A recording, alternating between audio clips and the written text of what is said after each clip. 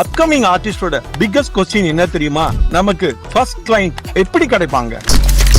First கிளையண்ட்டுக்கு perfect painting தேவையில்ல, அந்த trust தான் தேவை. நிறைய ஆர்டிஸ்ட் போர்ட்ஃபோலியோ ரெடி பண்ணிட்டு கிளைண்ட்ஸ் வரட்டும்னு வெயிட் பண்ணுவாங்க. ஆனா கேரியர் அப்படி ஸ்டார்ட் ஆகாது. முதல்ல உங்க ஆர்ட் ஒர்க்கை கன்சிஸ்டன்டா போஸ்ட் பண்ணுங்க, ஃப்ரெண்ட்ஸ் கிட்ட ஷேர் பண்ணுங்க, லோக்கல் எக்ஸிபிஷன்ல நிறைய பார்ட்டிசிபேட் பண்ணுங்க. நிறைய ஆர்ட் கம்யூனிட்டிஸ் இப்ப இருக்கு, அதுல நீங்க ஜாயின் பண்ணுங்க. முதல்ல பீப்புள் உங்களை ஆர்டிஸ்டா தெரிஞ்சுக்கணும், அதுக்கப்புறம் தான் உங்களை அவங்க கான்டாக்ட் பண்ண ஆரம்பிப்பாங்க.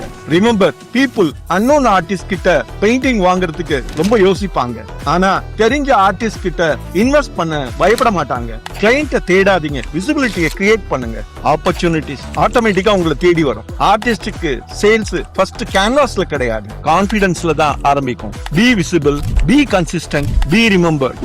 ஆர்ட் பத்தி இன்னும் நீங்க சுவாரஸ்யமான நிறைய விஷயங்கள் தெரிஞ்சுக்கணும்னா பேஜை மறக்காம ஃபாலோ பண்ணுங்க.